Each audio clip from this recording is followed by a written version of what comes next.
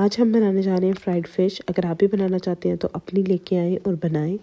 यहाँ पे हम इसको मैरिनेट करेंगे। मस्टर्ड पेस्ट मैंने डाला था सबसे पहले, और लेमन जूस आप डालिएगा, मेरे पास नहीं था, मैंने सिरका ऐड किया, एक अंडा, नमक, काली मिर्च, लाल मिर्च कुटी हुई, और इसमें हम डालेंगे कॉर्नफ्लोर और मैदा। बस ये सब डाल के, और लहसुन कुटा हुआ, इसको अच्छे से मिक्स कर लेंगे। इसको कुछ देर के लिए मैरिनेट कर लेंगे। उतनी देर आप बाकी काम कर लें और अच्छे से मिक्स करेंगे। हाथ धो के कीजिएगा, अपने जर्म्स मत ऐड कीजिएगा। फिर हम इसके ऊपर ब्रेड क्रम्स लगाएंगे और इसको फ्राई कर लेंगे। और चलें अब देख के रहे हैं और जाके अपनी बनाएं और खाएं।